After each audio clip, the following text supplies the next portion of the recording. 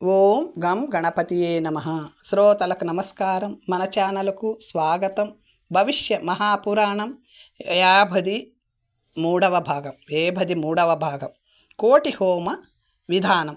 మహారాజా, ప్రాచీన కాలంలో ప్రతిష్టానపురంలో సంవరణుడని ఒక మహాభాగ్యశాలి అయిన రాజు ఉండేవాడు. ఆయన అన్ని శాస్త్రాల్లో నిపుణుడు, బ్రహ్మతత్వ జ్ఞాత, పితృభక్తి కలవాడు, దేవ బ్రాహ్మణోపాసకుడు. ఒకనాడు బ్రహ్మపుత్రుడు మహాయోగి అయిన సనకుడు సంవరణ మహారాజు వద్దకు వచ్చాడు. ఆయనను చూడగానే ఆ రాజు పరమ ప్రసన్నుడై తానే స్వయంగా అర్ఘ్యపాద్యాది సత్కారం చేసి సుఖాసీనుని గావించి తన రాజ్యాన్ని, తన శరీరాన్ని సనక మహర్షికి సమర్పించి ఆయన పాదాల వద్ద కూర్చున్నాడు. మహర్షి మహదానందభరితుడై మంచినీళ్లు తప్ప మిగతా అన్నింటినీ రాజుకే తిరిగి ఇచ్చివేసి రాజుని సింహాసనంపై కూర్చుండబెట్టి తాను సమీపంలోనే కూర్చుని ఎన్నో ధర్మాలను, రాజవంశ చరిత్రాలను చెప్పాడు. ఇతిహాస పురాణాదులను తనివి తీరా విన్న సంవరణుడు జగత్తులో అన్ని ప్రాణుల హితదృష్టితో మహర్షిని ఇలా ప్రార్థించాడు. దేవర్షి, భూకంపం, ఉపల వృష్టి, గ్రహయుద్ధం, అనావృష్టి, రాజ్యోపద్రవం వంటి ఉత్పాతాల నుండి విడుదలకు ఏదైనా ఉపాయాన్ని ప్రసాదించండి. రాజ్యంలోని వారికి ధనధాన్యావృద్ధి, ఆరోగ్యం, సుఖం, చివరిలో స్వర్గం ప్రాప్తింపచేసే సాధనాన్ని అనుగ్రహించండి. దేవర్షి ఇలా చెప్పసాగాడు. మహారాజా, అన్ని కార్యాలను సిద్ధింపచేసి సర్వారిష్టాలను శాంతింపచేసేది కోటి హోమం అనే గొప్ప కర్మ. తద్వేదిని వివరిస్తాను. ముందుగా శుద్ధ ముహూర్తాన్ని చూసుకొని దేవాలయ, నదీ తట, వనాంతర లేదా స్వగృహంలో కోటి హోమం చెయ్యాలి. ముందుగా త్వనో గతి పితామాత, త్వం గతిస్త్వం పారాయణాః, త్వత్ప్రసాదేన విప్రేష సర్వమే స్యాన్మనోగతం, అపద్విమోక్షయ చ మే కురు యజ్ఞ మనుత్తమం. కోటి హోమాఖ్య మతులం శాంత్యర్థం సార్వకామికం. వేదవేత్త అయిన బ్రాహ్మణోత్తముని వరణం చేసుకొని ఆయనను పై విధంగా ప్రార్థించాలి. ఆయన అంగీకారంతో ఆయననే ఆచార్యునిగా పెట్టుకోవాలి. ప్రథమంగా ఆచార్యుడు కూడా శ్వేతవస్త్రాలు ధరించి సాలంకృతుడై కొందరు విద్వాంసులైన బ్రాహ్మణులతో కలిసి పుణ్యాహవచనం చెయ్యాలి. తూర్పు ఉత్తరం వాలున్న సమతల భూమిపై 100 లేదా 50 హస్తాల కొలతలతో ఒక మండపాన్ని నిర్మింపచేసి దానిని బ్రాహ్మణుల ద్వారా సూత్రబద్ధం చేయించాలి. దాని మధ్యలో 8 హస్తాల పొడవు వెడల్పులతో చతురస్రంగా 3 హస్తాల పొడవు వెడల్పులతో చతురస్రంగా 3 మేకలతో నున్న 12 అంగుళాల విస్తారంతో ఉండే యోని సహితంగా ఒక కుండాన్ని నిర్మించాలి. దానికి తూర్పున 4 హస్తాల పొడవు వెడల్పులున్న ఒక హస్తం ఎత్తు ఉన్న వేదిని నిర్మించి దానిలోనే అందరు దేవతలను స్థాపించాలి. మండప భూమిని పేడతో, మన్నుతో బాగా అలికి పంచపల్లవాలతో కప్పబడిన 14 నీటితో నింపిన కలశాలను దానిపై స్థాపించాలి. మండపంపైకి ఒక తోరణాన్ని ఏర్పాటు చేయాలి. సామగ్రినంతటిని ఒక చోట చేర్చి మంచి రోజున పురోహితుని ఆహ్వానించి ఆయన ద్వారా పుణ్యాహవచనాన్ని, స్వస్తి వాచనాన్ని, జయశబ్ద పూర్వకాలను చేయించి హవనాన్ని ప్రారంభించాలి. మండపానికి తూర్పులో బ్రహ్మ, మధ్యలో విష్ణు, పశ్చిమంలో శివ, ఉత్తరంలో వసు, ఈశాన్యంలో గ్రహ, అగ్నికోణంలో మరుత్తు, శేష దిశల్లో ఇంద్రాది దేవతలను వేదిపై స్థాపించాలి. గంధాక్షత, పుష్ప, ధూప, దీప నైవేద్యాలతో వైదిక పౌరాణిక మంత్రాల ద్వారా ఈ దేవతలందరికీ వేరువేరుగా పూజలను, ప్రార్థనలను చెయ్యాలి.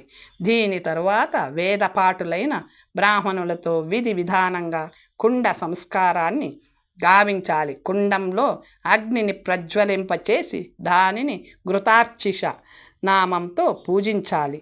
విద్యా వయోవృద్ధులు, గృహస్థులు, జితేంద్రియులు, సర్వకర్మనిష్ఠులు, శుద్ధులు, జ్ఞానశక్తి సంపన్నులు నగు 100 గాని దొరికినంత మంది గాని ఉత్తమ బ్రాహ్మణులను హవనానికి నియమించుకోవాలి. తరువాత పంచముఖాగ్నిని ధ్యానించి పేరు పేరున 7 జిహ్వలను పూజించాలి.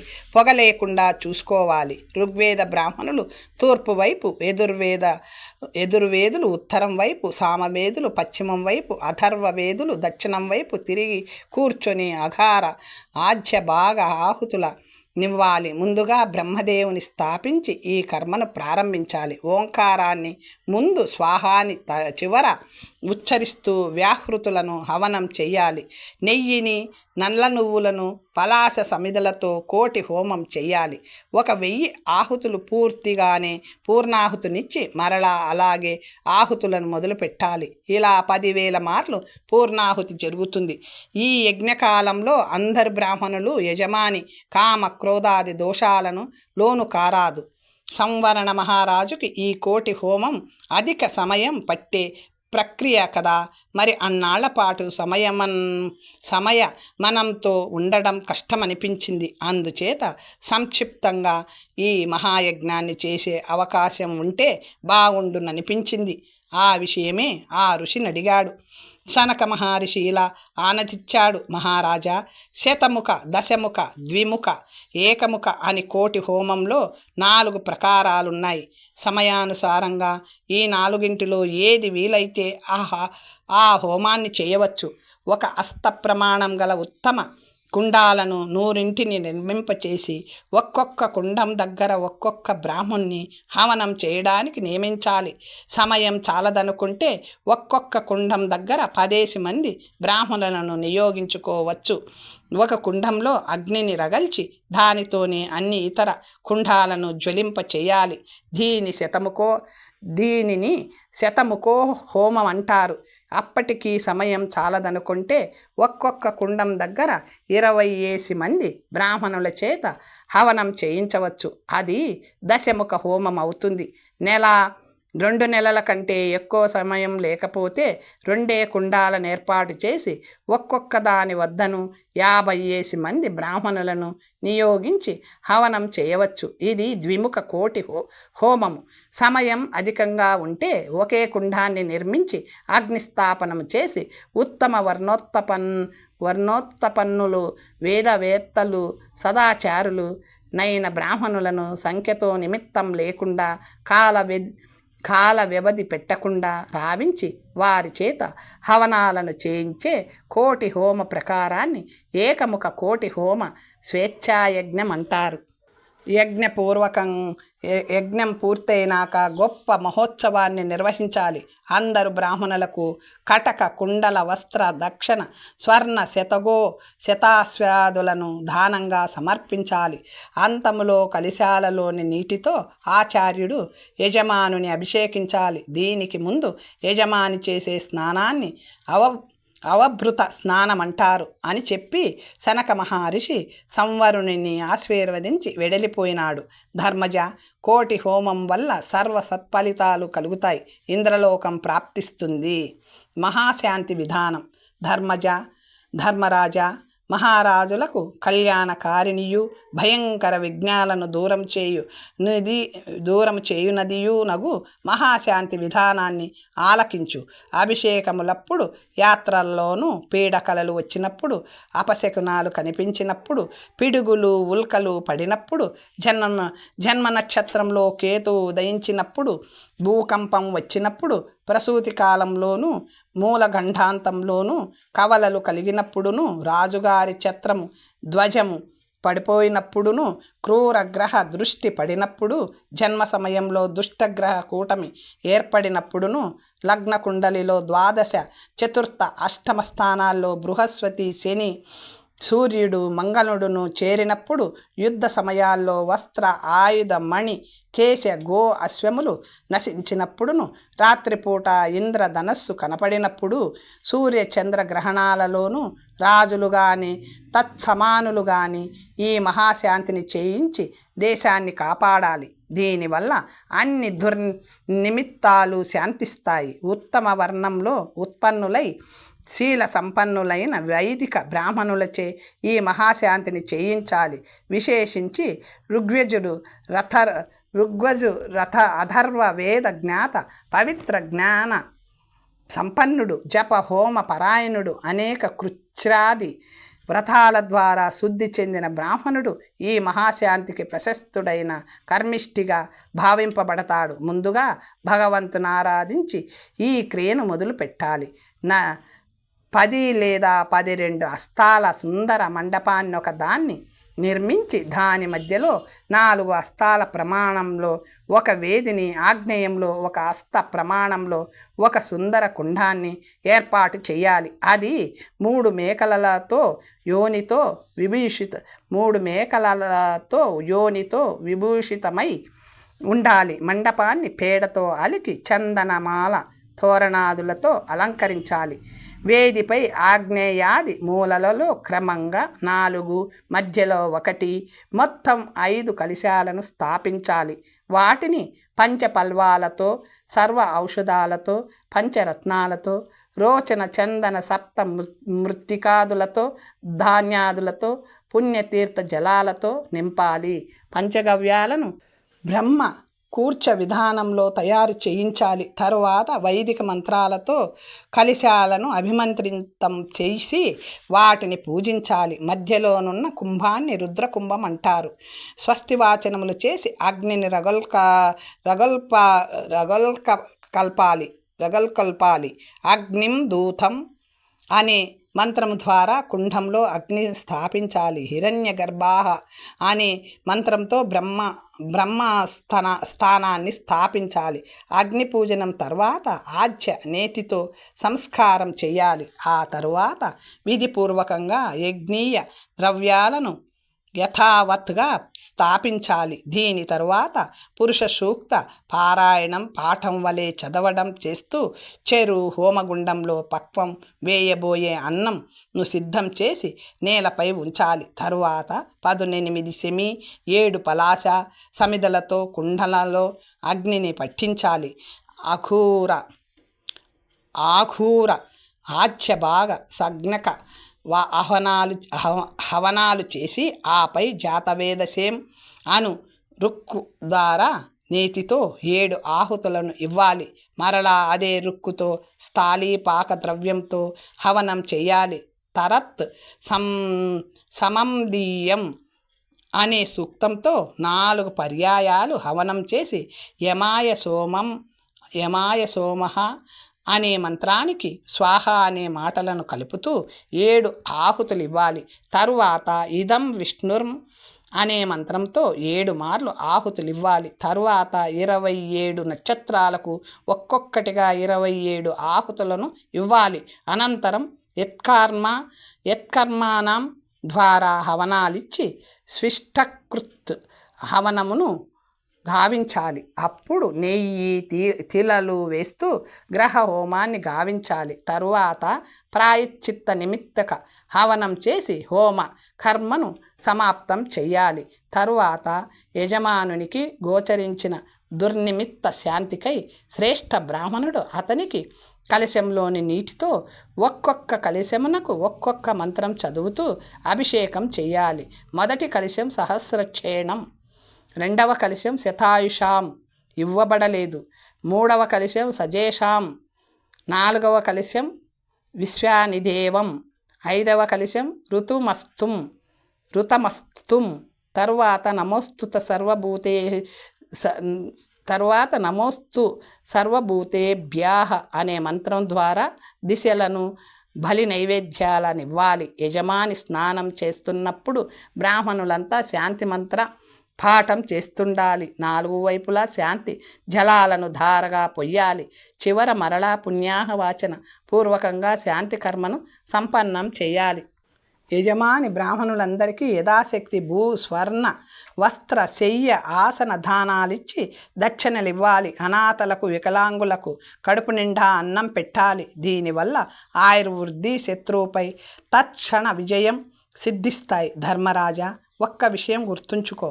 అహింస అహింసా కస్య దాంతస్య ధర్మార్జిత ధనస్య చ దయాదాక్షిణ్య యుక్తస్య సర్వేశానుగ్రహ గ్రహః. హింస చేయనివాని ఇంద్రియ నిగ్రహుని, ధర్మంగానే ధనార్జన చేసేవాని, దయాదాక్షిణ్యాలు గలవాని పట్ల గ్రహాలెప్పుడు అనుగ్రహంతో సానుకూలంగానే ఉంటాయి. వినాయక శాంతి. యోగీశ్వరేశ్వర వినాయక శాంతి సమస్త ఆప్తులను అణిచివేస్తుందని విన్నాను, ఆపత్తులను అణిచివేస్తుందని విన్నాను. దయచేసి ఆ విధానాన్ని వినిపించండి అని ప్రార్థించాడు ధర్మజుడు. చెప్పసాగాడు సర్వజ్ఞ చూడామని శ్రీకృష్ణుడు. సర్వేశ్వర, ఈ శాంతిని చేయించడం వల్ల అన్ని అరిష్టాలు పోతాయి. ఈ క్రియను సంపూర్ణ విఘ్నాలను దూరం చేసుకోవడానికి చేస్తారు. నీళ్లలో దిగి ఉన్నట్లు, తలలేనట్లు, కాషాయ వస్త్రాలు ధరించినట్లు, అకారణంగా దుఃఖిస్తున్నట్లు, లేదా కార్యం సఫలం కానట్లు కలలు వచ్చినా ఇలలోనే జరిగిన ఆ వ్యక్తిపై వినాయకుని అనుగ్రహం తప్పిందని అర్థం చేసుకోవాలి. కాబట్టి ఒక పుణ్యదినం నాడు సామాన్య స్నానం కాకుండా స్నపన కార్యం చేయాలి. అనగా గానుగలో పిండి ఆడించిన పచ్చ ఆవాల ముద్దని నేతితోనూ సుగంధ ద్రవ్యాలతోనూ కలిపి కుంకుమను కూడా చేర్చి దానితో అభ్యంగనం చేసుకోవాలి. ఆ తరువాత స్నానం చేసి పవిత్రులు కావాలి. బ్రాహ్మణులచే స్వస్తివాచనములను చేయించాలి. విధిపూర్వకంగా కలశ స్థాపనం గావించి అభిమంత్రిత జలం ద్వారా యజమానికి అభిషేకం చేసి బ్రాహ్మణులు ఇలా పలకాలి: సహస్రాక్షం శతధార మృషీణా వచనం కృతం తేన త్వాం అభిషంచామి పావమాన్యాః పునంతు తే భగంతే వరుణో రాజా భగం సూర్యో బృహస్పతిః భగం ఇంద్రచ్చ వాయుశ్చ భగం సప్త ఋషియో దదుః ఎత్తే కేశేషు దౌర్భాగ్యం సీమంతే యచ్చామూర్ధనిః లలాటే కర్ణయో రక్షోరాపస్థద్ఘ్నుతం ఘ్నుతంతు తే సదా. తరువాత యజమాని తన కుడి చేతిలో కలశమును పట్టుకొని ఆవ నూనెతో హవనం. తరువాత యజమాని తన కుడి చేతితో కుశలను పట్టుకొని ఆవ నూనెతో హవనం చేయాలి. మిత, సంమిత, సాల, కాలకంటక, కూష్మాండ, రాజపుత్ర శబ్దాలకు అంతంలో యాతో స్వాహాను చేర్చి హవనం చేయాలి. 4 దారుల్లో కుశలను చల్లి తరువాత బలులను నైవేద్యాలను అర్పితం చేయాలి. వికసించిన పూలతో దూర్వాతో అర్ఘ్యం ఇవ్వాలి. మండలంలో అర్ఘ్యమిచ్చిన వినాయకుని తల్లి అయిన అంబికను పూజించి ఇలా ప్రార్థించాలి: మాత, నీవు నాకు రూపయశ ఐశ్వర్య పుత్ర ధనాలను ప్రసాదించు, నా సర్వాభిష్టాలను నెరవేర్చు. తరువాత తెల్ల వస్త్రాలను, మాలను, చందనాన్ని ధరించి బ్రాహ్మణులకు భోజనాలు పెట్టి గురువుగారికి 2 వస్త్రాలను ఇవ్వాలి. ఈ విధంగా గ్రహాలను వినాయకుని విధిపూర్వకంగా పూజిస్తే సంపూర్ణంగా కర్మఫలాలన్నీ ప్రాప్తిస్తాయి. లక్ష్మీదేవి కూడా సంతోషిస్తుంది. నక్షత్రార్చన విధి రోగావళి చక్రం. ధర్మజ, ఒకమారు గర్గముని కౌశిక మహర్షిని ఇలా అడిగాడు: బ్రాహ్మణోత్తమ, బందీగృహంలో నిర్బంధించబడిన వారికి, విషమ పరిస్థితుల్లో ఇరుక్కున్న వారికి, దస్యు, శత్రు, హింస్ర పశువులచే చుట్టుముట్టబడిన వారికి, వ్యాధి పీడితులకు ఆయా సమస్యల నుండి బయటపడవేయు మార్గమున్నదా? దయచేసి వినిపించండి. కౌశికుడు చెప్పసాగాడు: మునీంద్ర, కొన్నింటికి మాత్రం మార్గాలు లేకపోలేదు. కృత్తికా నక్షత్రంలో వచ్చి పడే వ్యాధి 9 రాత్రుల పాటు పీడిస్తుంది. రోహిణిలో 3, మృగశిరలో 5, పునర్వసు పుష్యాలలో 7, ఇలా ఒక్కొక్క నక్షత్రంలో తగిలే వ్యాధి ఒక్కొక్క కాల పరిమితిలో ఉంటుంది. ఆర్ధాలో ఉత్పన్నమయ్యే రోగం మాత్రం ప్రాణాంతకమే. వీటి విషయంలో జ్యోతిష్కులు మరిన్ని వివరాలు చెప్పగలరు. రోగ ప్రారంభిక నక్షత్రం తెలిస్తే ఆ నక్షత్రాది దేవత నిమిత్తమై నిర్దిష్ట ద్రవ్యాల ద్వారా హవనమును చేస్తే రోగశాంతి కలుగుతుంది. వ్యాధి నక్షత్రం యొక్క ఏ పాదంలో ఉత్పన్నమైందో తెలుసుకొని ఆ నక్షత్ర స్వామిని పూజించి ఆ దేవతకు ఇష్టమైన సమిధల ద్వారా హవనం చేస్తూ మంత్రాలతో తృప్తిపరచాలి. అశ్వనీ నక్షత్ర శాంతికి పాలుగారు చెట్టు సమిదతో అశ్వనీ కుమారుల మంత్రాన్ని జపిస్తూ హవనం చెయ్యాలి. భరణికి యమదైవతామాయ స్వాహ అనే మంత్రాన్ని ఉచ్చరిస్తూ నెయ్యి, తేనె, తిలలతో హవనం చెయ్యాలి. కృత్తికకి అగ్ని మంత్రాలు, రోహిణికి ప్రజాపతి మంత్రాలు చదువుతూ శాస్త్రోక్త హవనాలివ్వాలి. అలాగే ప్రతి నక్షత్రానికి మంత్రం, సమిద, హవనం ప్రత్యేకంగా ఉంటాయి. వాటిని కనుగొని పూజిస్తే ఫలముంటుంది. మునీంద్ర, బ్రహ్మదేవుడు గాయత్రి మంత్రాన్ని విధిపూర్వకంగా 1000 మార్లు జపిస్తూ 1000 నేతి ఆహుతులన్నిస్తే అన్ని జ్వరాలు, రోగాలు శాంతిస్తాయని చెప్పాడు. గాయత్రి అనే మంత్రానికి అర్థమే గానం, హవనం, పూజనం ద్వారా రక్షణనిచ్చు మంత్రమని. ధర్మజ, గర్గాచార్యుల వారు మా గోకులం కోసమే ఇలాంటి వివరాలన్నీ కనుక్కునేవారు. అపరాధ శత శమన వ్రతం. ధర్మరాజు అభ్యర్థించిన పిమ్మట ఈ వ్రతాన్ని గూర్చి వాసుదేవుడిలా చెప్పాడు. ఈ వ్రతాన్ని గూర్చి పాపాల, దోషాల, అపరాధాల వివరాలతో సహా ఒకప్పుడు వశిష్ఠ మహర్షి ఇక్ష్వాకు మహారాజుకు చెప్పాడు. మహాబాహో, ఏ వ్రతానుష్ఠం వల్ల మనుషుల అన్ని కోరికలు సంపూర్ణంగా తీరుతాయో, సర్వదోష విముక్తి కలిగి మోక్షం ప్రాప్తిస్తుందో, అకృత అన్ని గురుతర పాపాలను ఏ వ్రతం పత్తి మూటని అగ్నివలే భస్మం చేస్తుందో ఆ వ్రతాన్ని ఉపదేశిస్తాను. ముందు ఆ అపరాధాల నామాలను, లక్షణాలను విను. అనాశ్రమిత్వ అపరాధం అనగా 4 ఆశ్రమాలలో దేనిని పాటించకుండా స్వచ్ఛంద నాస్తిక వృత్తిని అవలంబించడం. అనగ్నితాపరాధం అగ్నిహోత్ర హవనాది కర్మలను పూర్తిగా వదిలివేయుట. వ్రతహీనత సత్య, బ్రహ్మచర్యం, ఏకాదశి వంటి తప్పనిసరి వ్రతాలనైనా కనీసం చేయకుండుట. అధాతృత్వం ఏనాడు ఎవ్వరికి ఏ దానాన్ని చెయ్యకుండుట.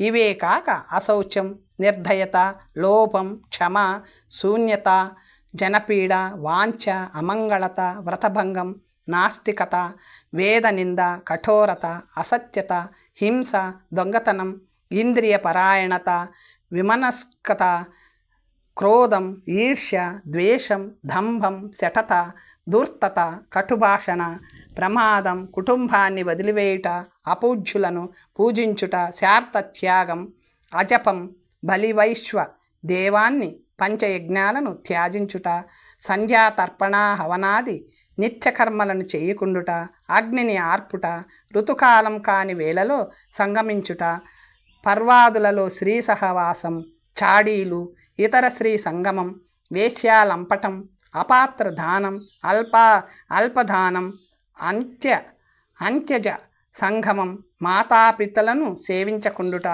తగవులు పెట్టుకొనుట, పిల్లికజ్జాలు, పురాణాలను, స్మృతులను అనాదరించుట, అభక్ష భక్షణం, స్వామి ద్రోహం, ఆలోచించకుండా ఆచరించడం, వర్ణం కాని వర్ణం పనిచేయుట, అప్పు ఎగ్గొట్టుట, విద్యను, శాస్త్రాన్ని అభ్యసించకుండుట, కామదాసత్వం, భార్యాపుత్రులను, కన్యలను అమ్మివేయుట, పశుమైథునం, వంట చెరుకు కోసం మంచి చెట్టును కొట్టుట, తటాకాదుల జలాలను పాడు చేయుట, విద్యా విక్రయం, స్వవృత్తి పరిత్యాగం, యాచన, కుమిత్రత, శ్రీ గోమిత్రవధ, భ్రూణహత్య, ఇతరుల శూద్రుల అన్నమును గ్రహించుట, పౌరోహిత్యం, శూద్రునిచే అగ్నికర్మను చేయించుట, ఇచ్చి వేసిన దానిని మరలా పుచ్చుకొనుట, వాచాలత, విధి విహీనంగా కర్మలు చేయుట, ఆర్త వ్యక్తి దుఃఖాన్ని దూరం చేయకపోవుట, బ్రహ్మహత్య, సురాపానం,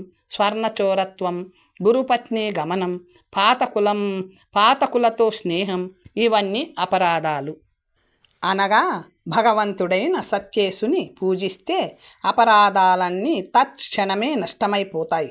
మనుష్యులకు దేవుడే వశమైపోతాడు. వ్రతాలు చేస్తే జగత్పతి విష్ణు భగవానుడు లక్ష్మీ సమేతుడై సత్యరూపి ధ్వజంపై స్థితుడై ఉంటాడు.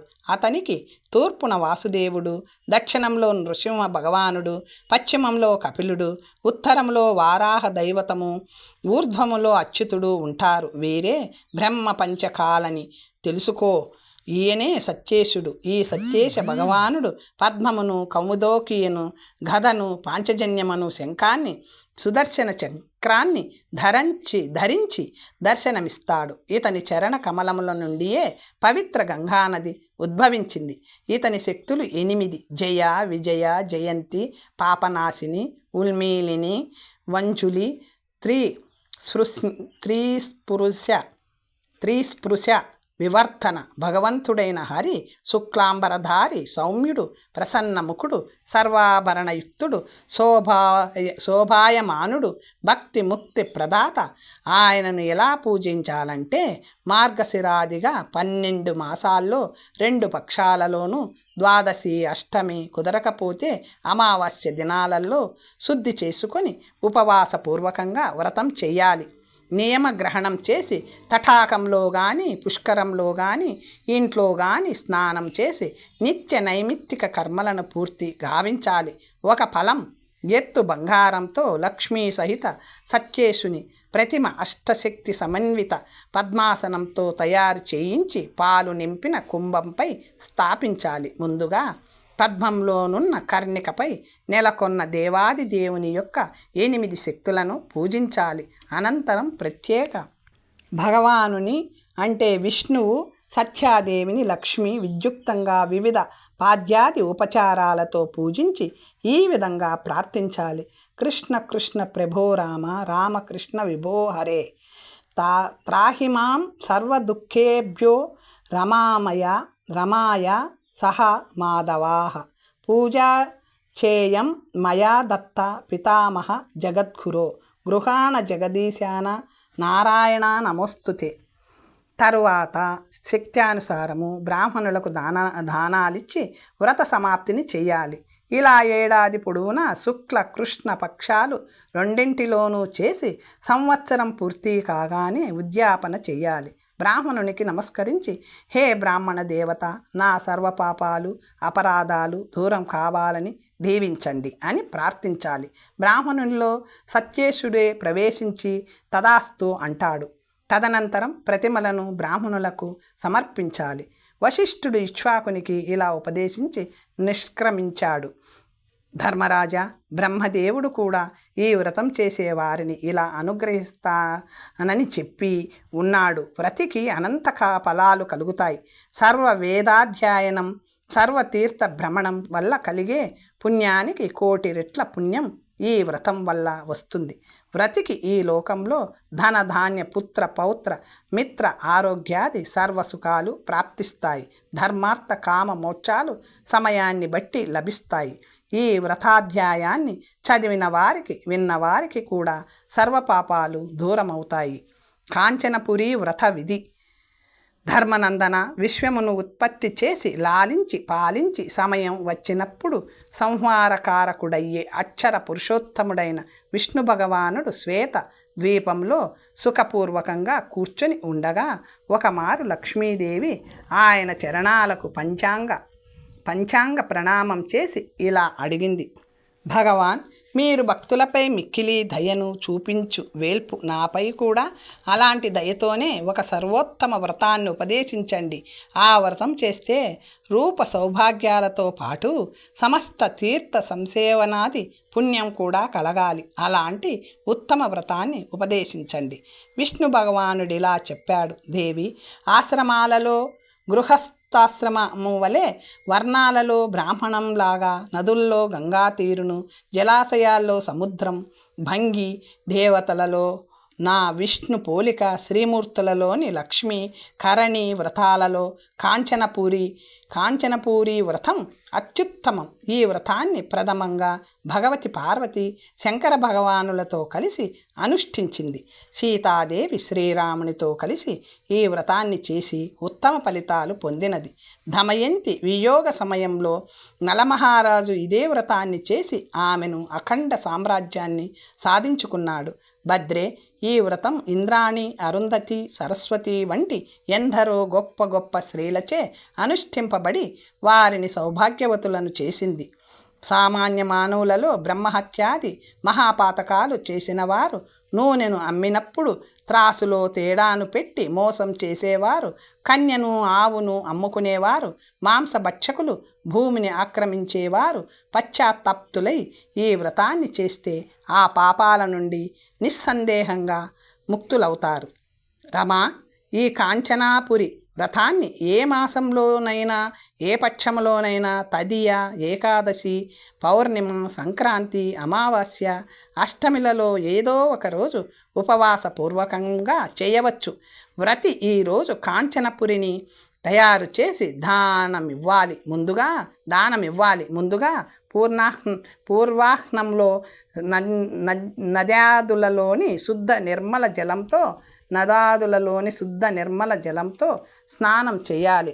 ముందు మంత్రపూర్వకంగా పవిత్రమై మట్టిని శరీరంపై పూసుకొని స్నానం చేయాలి. ఇలా చేసి శుద్ధాత్మ అయి ఇంటికి వచ్చిన వ్రతి ఆ రోజు పాఖండులు, విధర్ములు, ధూర్తులు, శఠాదులతో మాట్లాడరాదు. చేతులు కాళ్ళు కడుక్కొని ఆచమనం చేసి ఒక ఉత్తమ జలంతో నిండిన స్వర్ణయుక్త శంఖాన్ని తీసుకొని ఆ జలాన్ని ద్వాదశాక్షర మంత్రంతో అభిమంత్రితం చేసి హరి మంత్రాన్ని జపిస్తూ త్రాగి వేయాలి. శమీ వృక్షం నుండి చేసిన 4 స్తంభాల మధ్య 4 హస్తాల ప్రమాణంలో ఒక వేదిని తయారు చేయాలి. దానిని పుష్పమాల, వితానం, దివ్య దూపాలతో అధివాసితం అలంకృతము చేయాలి. వేది మధ్యలో నొక పద్మాన్ని రచించాలి. మండల మధ్యమంలో నొక సుందరమైన భద్రపీఠాన్ని నిర్మించాలి.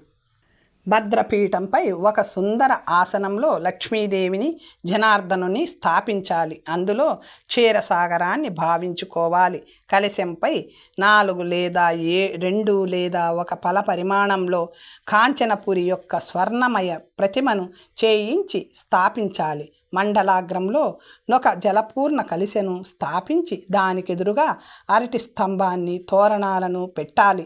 బ్రాహ్మణుల ద్వారా ప్రతిష్ఠించాలి. ఆ పురి మధ్యలో విష్ణు సహిత లక్ష్మీ స్వర్ణ ప్రతిమను స్థాపించాలి. పంచామృతాలతో వారికి స్నానాలు చేయించి మంత్రోచ్చరణ గావిస్తూ చందన పుష్పాది ఉపచారాల ద్వారా పూజ చెయ్యాలి. ఇంద్రాది లోకపాలులను కూడా యథాక్రమంగా పూజించాలి. విఘ్న నివారణకై వినాయకుని, నవగ్రహాలను పూజించి హవనాలివ్వాలి. తరువాత పాయసము, సోహాలం, పీచు మిఠాయి, లడ్లు మున్నగు వానిని నైవేద్యాలుగా అర్పించి దేశ కాలానుసారంగా పండ్లను కూడా పెట్టాలి. 10 దశలలో 10 నేయి దీపాలను వెలిగించాలి. పుష్పమాలలను, చందనాన్ని వేయాలి. విష్ణుస్తవరాజాన్ని, పురుష సూక్తాదులను చదవాలి. 16 బ్రాహ్మణులను వారి పత్నులతో సహా ఆహ్వానించి ప్రతి జంటలోనూ లక్ష్మీనారాయణులను ఊహించుకొని పూజించాలి. చివర పూజా ద్రవ్యాలన్నిటినీ వారికి నివేదించి బ్రాహ్మణ దేవతలారా, విష్ణు భగవానుడు నా పట్ల ప్రసన్నుడగుగాక అనాలి. వారు తదాస్తు అనాలి. కాంచనపురి ప్రతిమను ఇప్పటిదాకా ప్రతి వ్రతి చూడకూడదు. ఇప్పుడు ఆచార్యుడు దానిని వస్త్రంతో మూసి ఒక దీపంతో సహా తెచ్చి ముందు వ్రతిని కళ్ళు మూసుకొమ్మని వస్త్రాన్ని తొలగించి, ఇప్పుడు చూడు, నీ సర్వకామనలను ఇచ్చునది, అన్ని దుఃఖ దౌర్భాగ్యాలను దూరం చేసేది అగు ఈ రమణీయ కాంచనపురిని దర్శించు అనాలి. చూచిన తరువాత వెండి కానీ రాగి కానీ వాడి ఒక శంఖమును తయారు చేసి అందులో పంచరత్నాలు, గంగాజలము, ఆవాలు, అక్షతలు, రోచన, పెరుగు కలిపిన అర్ఘ్యమును తయారు చేసి విష్ణుమూర్తికి ప్రదానం చేస్తూ వ్రతి ఇలా అనాలి. సకల మనోవాంఛలను సాకల్యంగా తీర్చునట్టి భగవంతుడైన లక్ష్మీనారాయణ, ఈ కాంచనపురీ వ్రతాన్ని చేసిన నా మనస్సుకి ఆనందాన్ని కలిగించు. నారాయణ, లక్ష్మీనాథ, జగన్నాథ, మీరు ఈ అర్ఘ్యాన్ని గ్రహించండి. మీకు నమస్కారం. తరువాత లక్ష్మీదేవికి అర్ఘ్యమిచ్చి ఆమెనిలా వేడుకోవాలి. దేవి, బ్రహ్మ విష్ణు మహేశులచే, పార్వతీదేవిచే, కార్తికేయునిచే పూజలందుకొనే మీరు ఈ స్వల్ప పూజను, అర్ఘ్యాన్ని ఆదరించి స్వీకరించాలి. నాకు సౌభాగ్యాన్ని, పుత్ర ధన పౌత్ర వృద్ధిని అనుగ్రహించండి. వ్రతాన్ని ఈ విధంగా పూర్తి చేసి ఒక పెద్ద ఉత్సవాన్ని నడిపించి రాత్రంతా జాగారం చేయాలి. ఈ జాగారానికి 100 యజ్ఞాల ఫలం ఉంటుంది. ప్రాతకాలంలో నిర్మల జలంతో స్నానం చేసి దేవతలను పితరులను పూజించి బ్రాహ్మణులను వారి పత్నులతో సహా ఆహ్వానించి భోజనాలు పెట్టి యథాశక్తి దక్షిణలివ్వాలి. దీన అంధ బధిర పంగ్వాదులను అన్న వస్త్రదానాలతో ఆనందింపచేయాలి. తరువాత బంధుమిత్రులతో కలిసి మధుర ఆహారాలతో కూడిన భోజనం చెయ్యాలి. ఈ విధంగా వ్రతం చేసిన వారు దేహాంతంలో బ్రహ్మలోకాన్ని చేరుకొని బ్రహ్మదేవుని సన్నిధిలో ఆనందమయ జీవనాన్ని గడుపుతారు. అలాగే రుద్రలోకంలో విష్ణులోకంలో గడుపుతారు. దేవి కాంచనపురి నామకమైన ఈ వ్రతాన్ని ఎప్పుడో పూర్వకాలంలో చేశావు కాబట్టే త్రైలోక్య పూజితుడనైన నన్ను చేపట్టగలిగావు ధర్మరాజా. ఇది కాంచనపురి వ్రత విధి.